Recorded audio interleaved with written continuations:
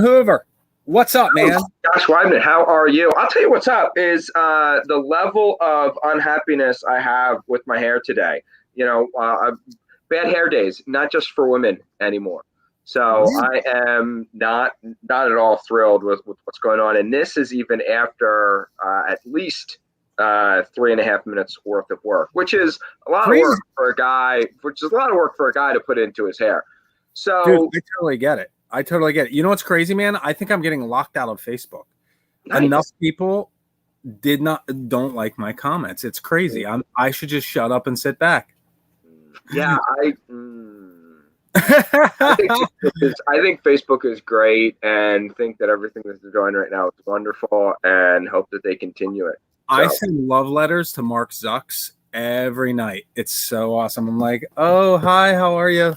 You know. Right. Hey, so I'm not the only one with some funkiness going on here. What's this injury I see on your finger here, dude? Do you have a work-related injury in the banking world?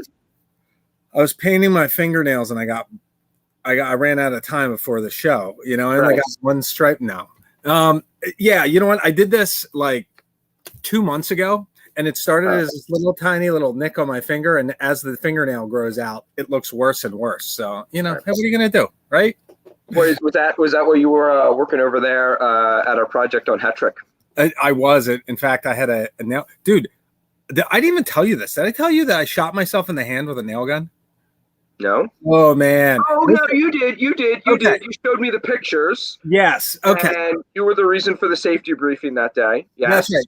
That's exactly right. We had the shutdown, and all the 300 days of safe work site was ripped down back to zero.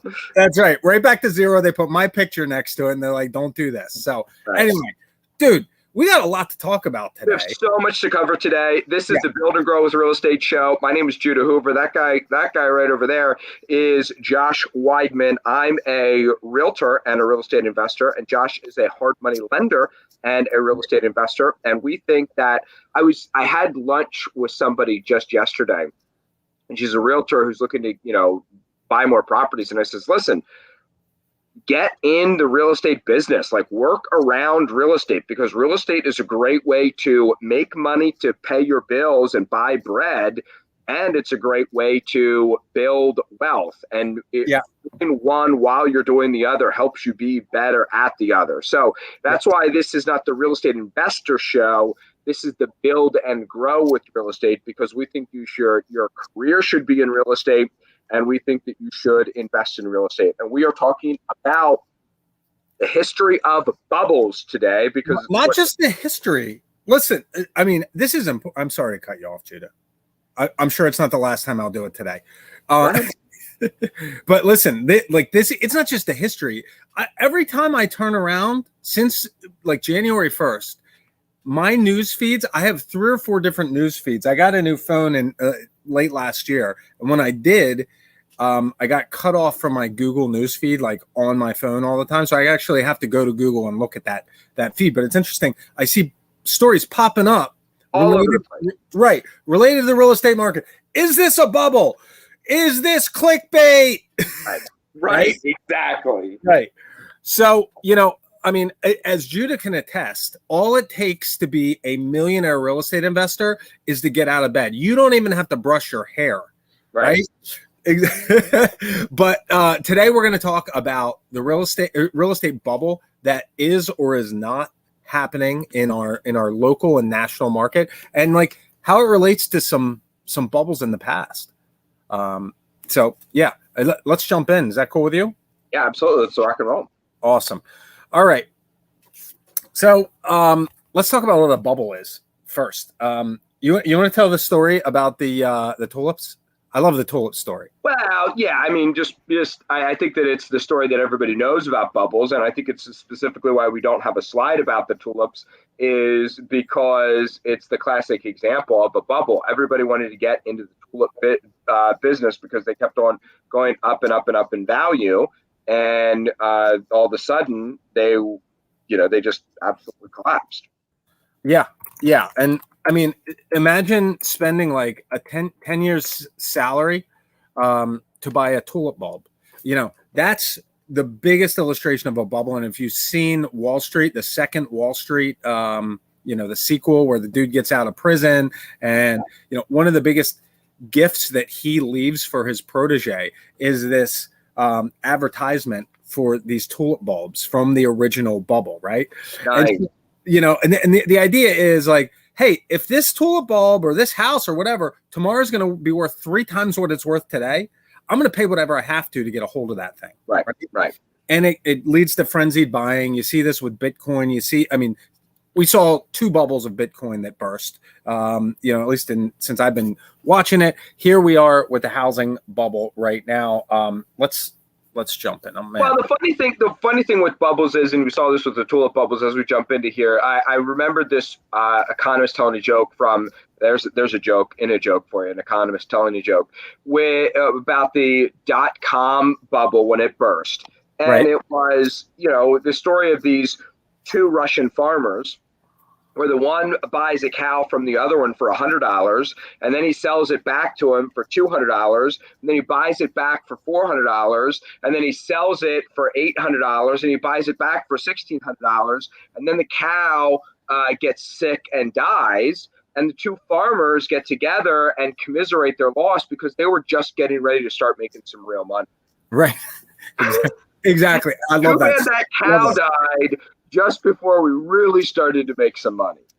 Well, and the thing is, we're in a remarkable time in history. And if you look back, there's been, real estate is a boom and bust type cycle. And we've seen really a market on steroids in 2000, to 2008, right? That led up to the last housing bubble. But it's a cycle that, values go up and down, and usually it's within a certain, a certain variant, that, you might have a 10% up and down margin on both sides, where you see some fluctuation, but it's pretty steady, right? It steadily increases over time. Well, in 2008, when we had this huge crash, it seemed like the end of the world. And why I say we live in a unique and really illustrative time is that these type of things actually happened before in the United States. We just weren't alive to see them. And so I'm gonna kind of start there and look at some of the biggest bubbles that we've had in American history, take a look at some of the things that caused them, and then jump into where we are today. All right.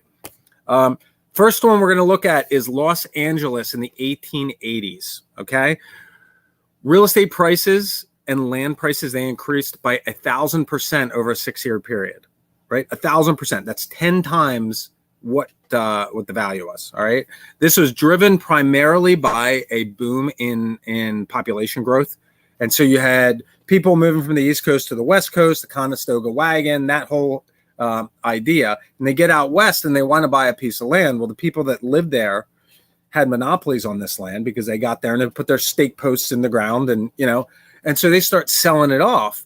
Well, very quickly, sales outpaced this sustainability of the demand. And you had a huge demand here. You had people that were interested in buying, but we got to a point where the expense was just too high, right? Right.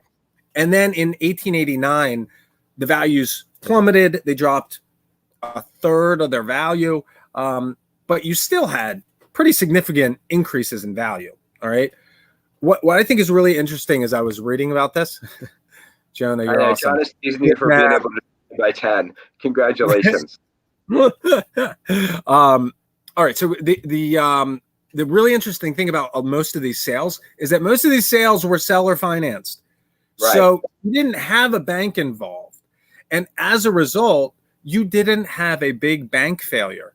So the people involved in the transaction, like the 2 farmers selling the cow back and forth, they were the ones who took the loss. They were the ones who ate it. Okay. And it wasn't even really a real loss. It was a paper loss. Yes, exactly. All right. So that's LA. Wait till we get to the next one. This one amazed me. Chicago in the 1930s. Chicago in the 1930s, over a 6-year period, had a 40,000% increase in property values. 40,000%. Talk about it was unbelievable what was going on. Right. And essentially what you had, it was the perfect time where you had economic development going on. You had the Illinois legislature. They were building this big canal and they were promoting it to the banks. And at the same time, they were pushing real estate. So imagine today, you got a bank they're financing, I don't know, the Boston Dig, the big dig in Boston, right? What was that? It was supposed to be $1 billion, ends up being like 4, something like that. It was something ridiculous. I think it ended up taking 1 billion years. I think that's what the billion with the big dig in Boston is. Exactly. So you think of those big building projects, and then you have the same government that's pushing that kind of financing steps in and they said, you know what? We need you to push housing too. Well, when you're looking at $1 billion or $2 or $3 billion as opposed to 100,000 at a time, it seems really small until you've got one bank or a number of large banks that are financing everything, and you have a 90% decrease in values in, another 5 years. That is essentially that's what happened in Chicago. And when that happened, the Bank of Illinois went out of business. A lot of other banks went out of business. But what's unique and very interesting and kind of illustrative of the dynamic nature of our country is that in both cases, LA and Chicago, their economy was so good. It was roaring. So many people were moving into the area that even with these collapses of these they were quickly absorbed society, nothing really happened. It was a quick recovery. All the losses were absorbed. Everybody went on. I think that's pretty interesting. Now, a little bit more modern day, we have Florida in the 1920s. 1920s Florida was really something. I remember in 2008, 9, 10, seeing a special on Florida and seeing some of the ads that were run in local newspapers and stuff. And I mean, it was outrageous. It's like real estate was so hot. You think about when you wholesale a deal, right? You get it under contract. You want that title done as quickly as you can so you can flip that contract and make your money. Well, in the 1920s in Miami, it was not uncommon for deeds to be flipped up to 10 times a day. That's how hot the market was, where people would buy and sell so quickly. And then comes along a hurricane. Imagine that in Florida. Right. In 1926, it popped the bubble, and then it led right into the Depression. And what you had was, foreclosures of residential homes. Foreclosures in the 1920s and 30s are pretty common knowledge, but they're usually based more so on the farming industry, where you had, farmers losing their farms. You don't hear a lot about the single residential homeowner and some of the losses that they had. But that really was a big story in Florida at the time. Yeah, so the other thing that's really interesting for those of you that like real estate and like sales history, so it was the Florida bubble.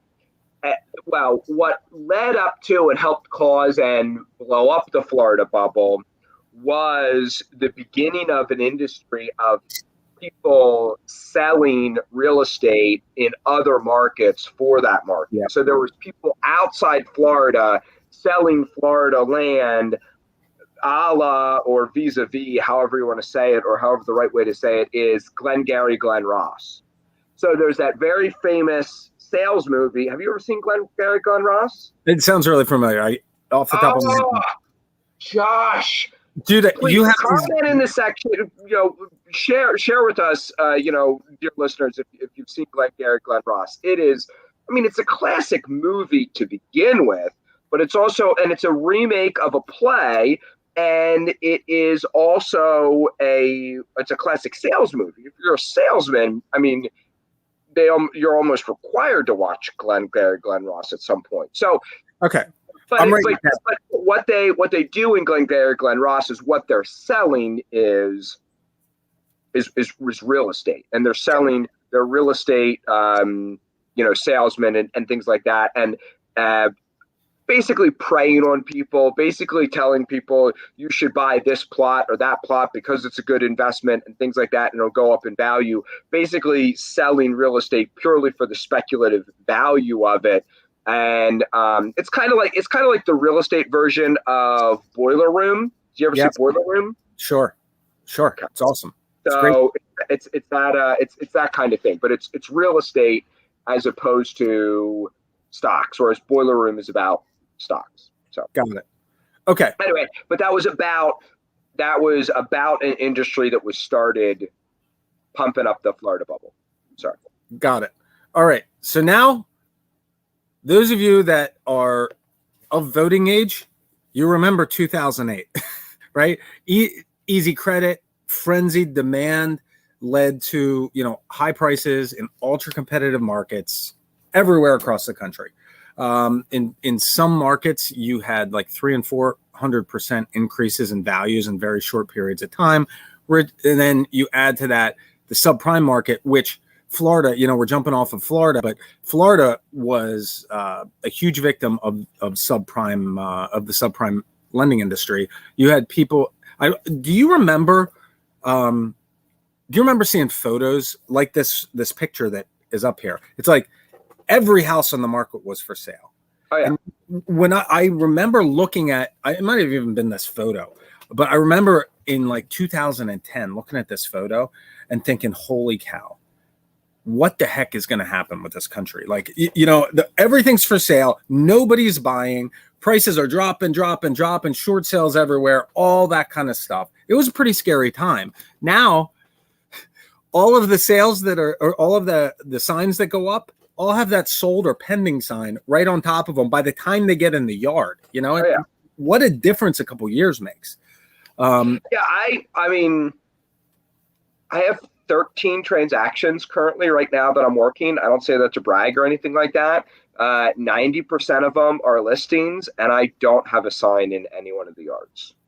Yeah. Just because I don't like the hassle of putting out a sign, and I don't really think it does any good, and I have other ways of stroking my ego. So I do a lot of real estate. I have a lot of listings, and I do not have signs in any of them. Just stop bragging. I'm just saying. But if we were in a slow market, right, I would have just as many listings, if not more, because I'm a marketing machine. But I would have a sign out in front of them because it would be a requirement. That's just the difference in how hot the market is right now. Well, all right. So I'm going to bring this up on our next slide in just a minute, but it goes well with this. What I think is really interesting, I was talking to an experienced, very prominent agent in the Hershey market, at least, right? And she was telling me, she's like, look, right now, you can have all the buyers you want, and you're not going to get any sales.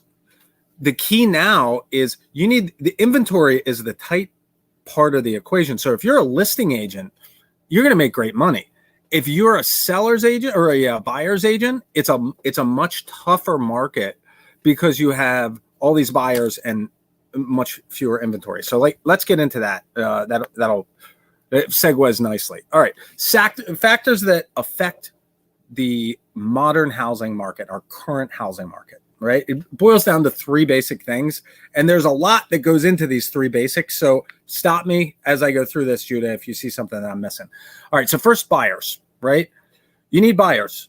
Not just anybody that says, hey, I'll take the house, but you need people that can afford the down payment. So they have to be savers, or they have to be upgrading their house, or even downgrading, but they have to have some funds to put down on the property. That's one. You need people that they can afford the monthly payment. So that's going to be contingent on their monthly income, or their, lottery winnings, or their great job, right? So for most people, you're looking at employment. How's the employment market going? And it's going to play into and that hasn't been affected nearly as badly as what everyone thought that it was going to be, because of the economy. There was a lot of people who thought, people losing their jobs and everything else is going to really affect us. We're now a year into COVID. We're not quite a year into COVID, but we're a couple weeks away, and with all the trouble that there's been in the employment market, it has not slowed down the available buyer pool. Right. And I think that, we'll get to where our market is on our next slide, but just in general, you're 100% right. And it's actually pretty surprising that we're at this point right now. The last two factors for buyers. You're going to have people that want to move to the location, right? That's impacting areas like New York right now, where sales prices and rental rates are down 30 and 20% respectively from a year earlier. But that's pretty significant. It's massive what's going on in big cities right now. It is. All right. So then the last piece of this is that investors that have money, they need to put it somewhere. And the unique thing about real estate is that it is an excellent hedge against inflation.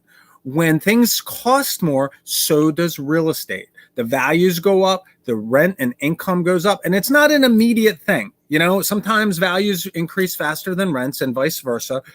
But as a rule, a good hedge against inflation is real estate. So you have buyers. That's the first part.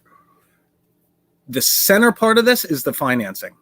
We saw this in 2009, 10, 11, even as late as like late 2012. It was super hard to get a loan. And if you got one, it was a low loan to value, certainly compared to 2007 or 6.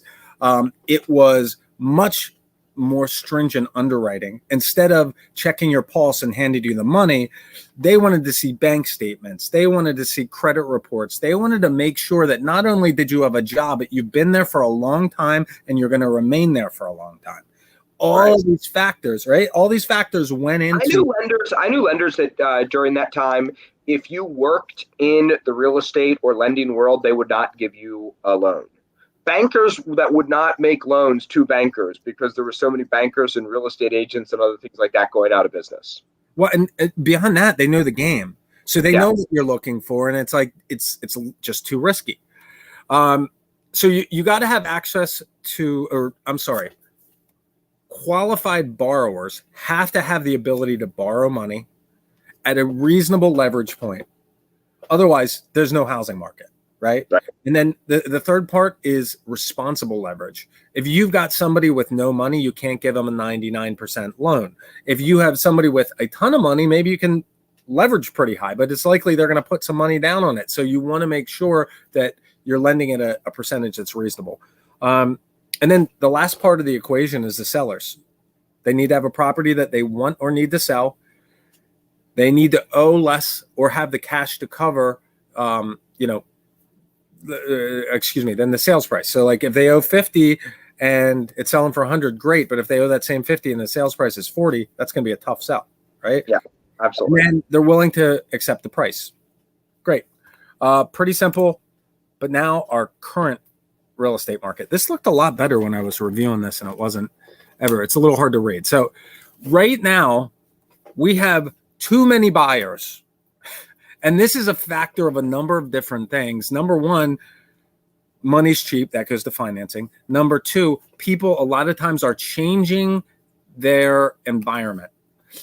With this whole work from home, revolution, you have people from big cities that are moving out, but you also have people that are learning to work from home and realizing that, hey, listen, I need a separate area to set up my office so that I can be communicating and put my work in. Yeah, I don't have to commute, but I need the space. And so they're looking for a different type of environment. And so you have a lot of buyers look for houses. You've got median. Okay, this is a big deal. All right. The median home price has increased to a point where putting the 20% down payment is a significant amount of money. Yes, it is. And believe it or not, I think that is a contributing factor to the strength of the housing market. And what I mean by that is we have this huge demand, and every single person that is part of that demand has the cash to put down. I think we talked in September maybe that we've had the highest percentage of cash purchases that we've had in years during COVID or during the lockdowns and the pandemic. So, I mean, it's just an interesting dynamic. The people that are waiting for the houses are highly qualified. A lot of and I think that here's what's led to that. From 2008 till 2018, we had a very slow housing market. There was some recovery there towards the end of that 10-year period of time. But basically, from 2008 till 2016, let's say, there was a very slow economic growth, very slow. That was almost like a lost decade, and it took a turnaround that started in 2016, and maybe some people say 2015, but it was right around then, 15, 16, 17, 18. We start to see this recovery, and the average person is late to the game. So, you always say buy low, sell high. Well, the average person sells high and buys, buys high and sells low because they're starting to see what's going on and what's happening, and then they believe it.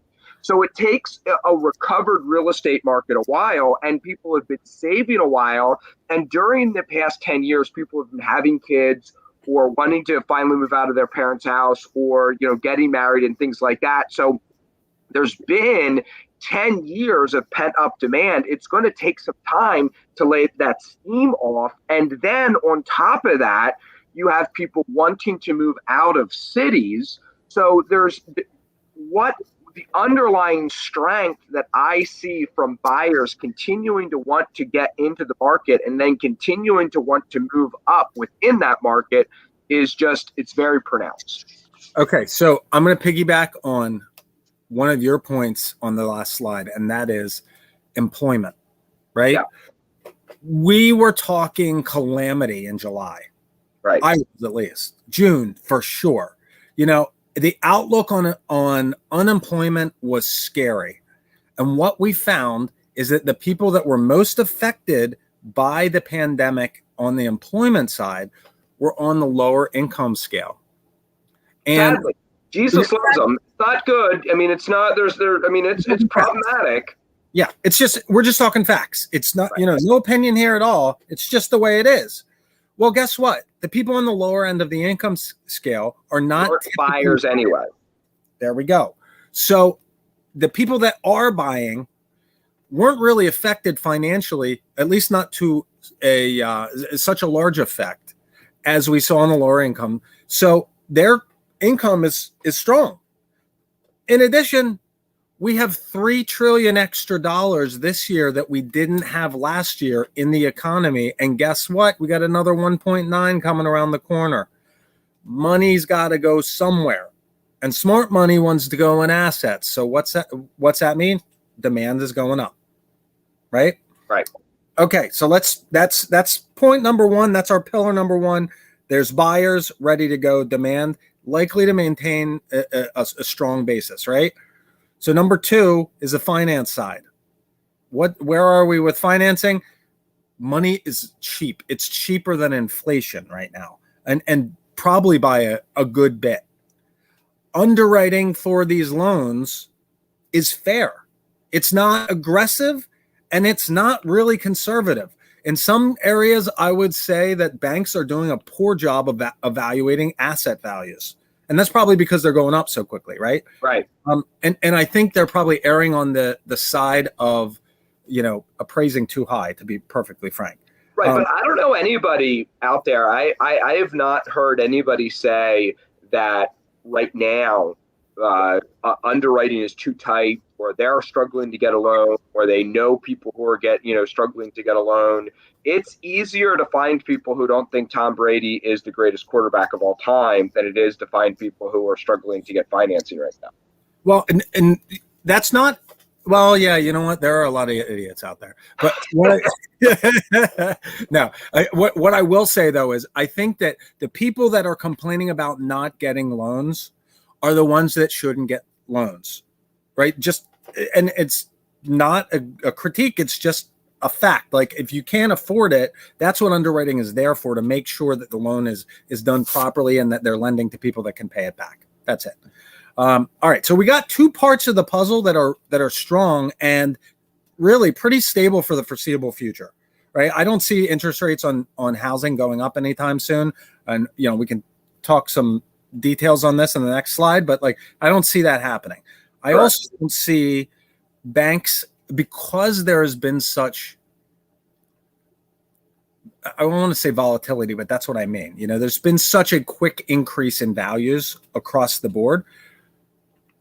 And the 2008 financial crash is so recent that they haven't just said, "Oh yeah, this is a great time, everybody buy housing." Right? They're still doing responsible underwriting. So got a lot of muscle memory left over from all that hurt, and plus, not only that, but the government for the first time ever mandated that it is illegal not to check income. You must verify somebody's income. Now, the bank can have whatever income requirements they want, and then they also have to justify what those income requirements are to regulators as well. So they don't set what the debt to income ratio is. But a bank is required, before they give you a mortgage, to calculate what your debt to income ratio is. So there are no stated income loans. There are no, no doc loans. Those are now illegal to do. And there's a lot of things like in local government, they talk about the Sunshine Law and how local committees and things like that have to meet where the public can view them, and just having some sunshine on it is a great disinfectant. Just forcing banks to verify income also does a whole lot of other good. Well, and I do know of a no doc, like a ninja loan. With that being said, for a commercial property. Oh no, they'll do it for personal property. However, big asterisk here, 40% down. Okay. I mean that's the offset. So that's what do they call that? They call that a non-QM loan. There's certain ways to get around it. In order for it to be a QM mortgage, and banks can only have a certain percentage of their portfolio, they have to be QM or non-QM, and yeah. I mean, Judah, let's be honest. At 2.8% mortgage rates, if you're putting 40% down and accepting a 6% mortgage rate, like, you're pretty confident you really want that house, and it's unlikely you're going to default. And if you do, the bank's going to be in a better position anyway. Right. Correct. So, all right. So there we got our financing. We got our buyers. Now let's talk about sellers. Here's where we have a real problem, in my opinion. Okay. And that you're going to see what my conclusion is, and what Judah and I have talked about as far as conclusions on where we are in the bubble.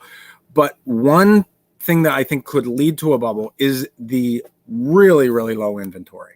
Over the last couple years, values have increased and increased and increased and increased. And so you see many of the distressed sellers that were out there, specifically distressed properties, second properties, vacant houses, inherited properties, they're not there anymore. The distressed properties have been eaten up, remodeled, and now you have a nice family living there. Even a lot of the rental units that were borderline, hey, I don't know if I'm going to, they're sold to first-time home buyers at this point. So you have a squeeze on housing across the board on existing homes and on rentals. So like inventory, it's just so stinking low that it's, at least for the time being, it's not going to meet the demand.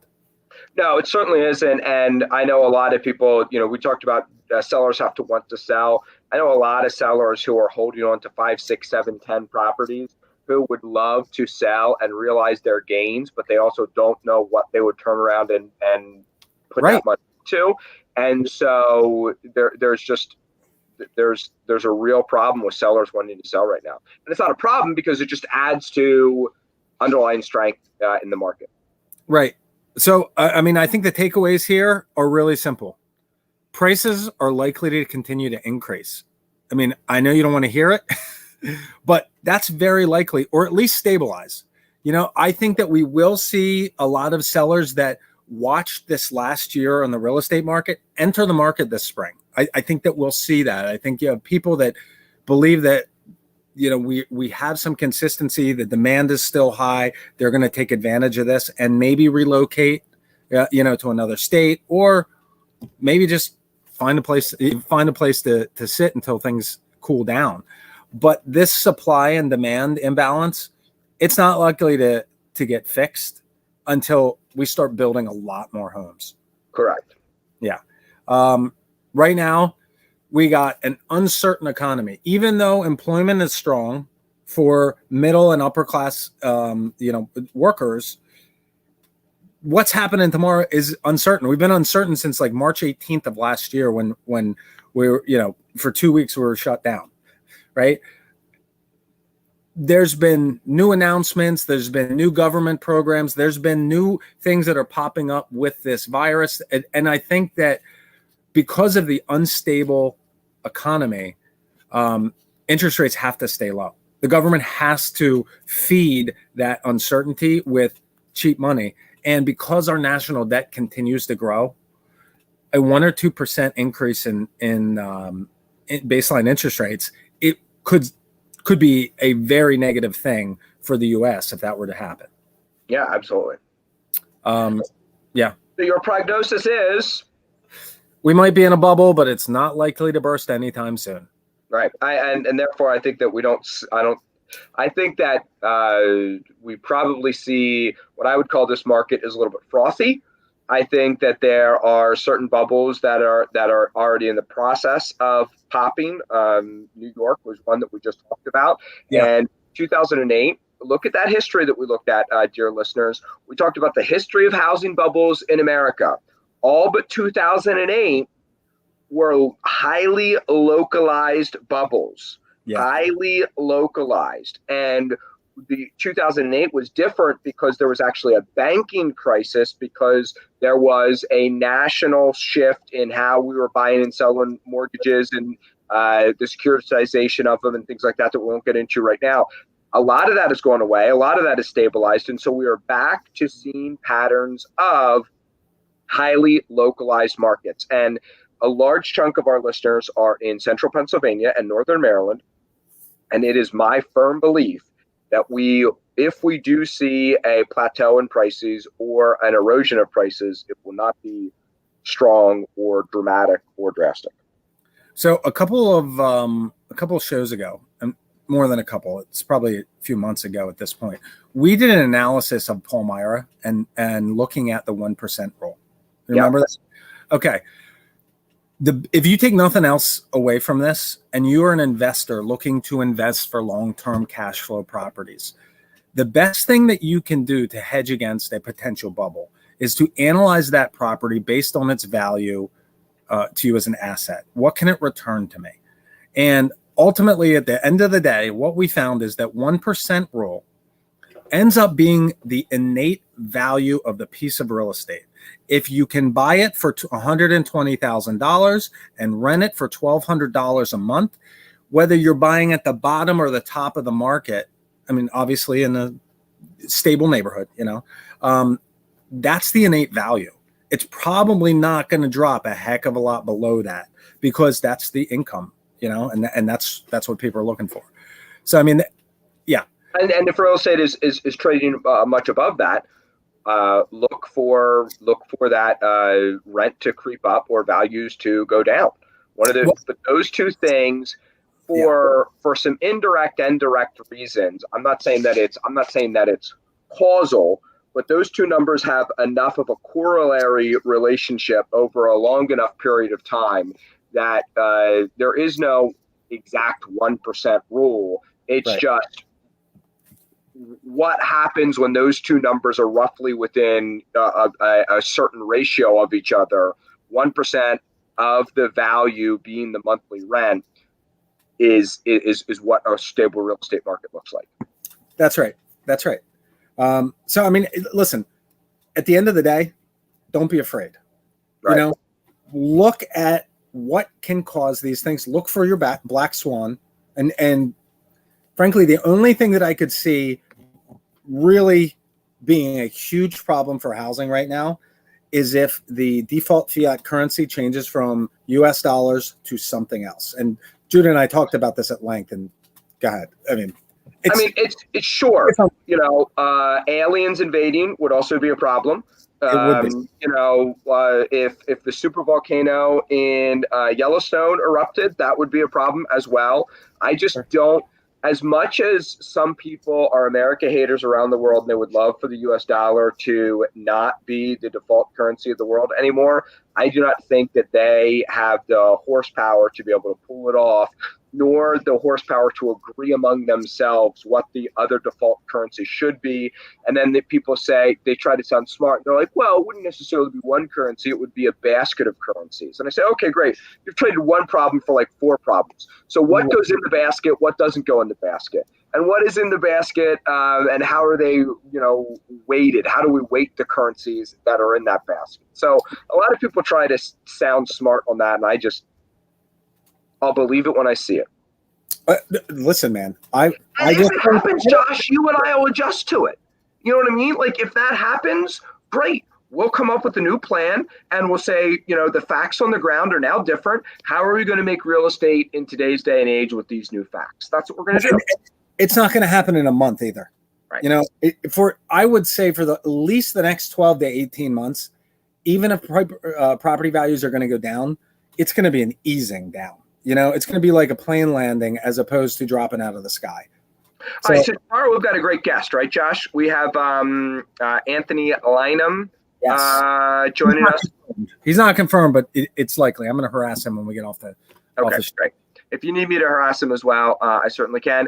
And Josh and I, now that Josh and I are back to doing this show on a regular basis, I was reaching out like crazy, lining up amazing guests. I got to tell you, over the next 2 months, we've got some amazing guests that are going to be here in this space talking about what 2021 is going to look like in the real estate world.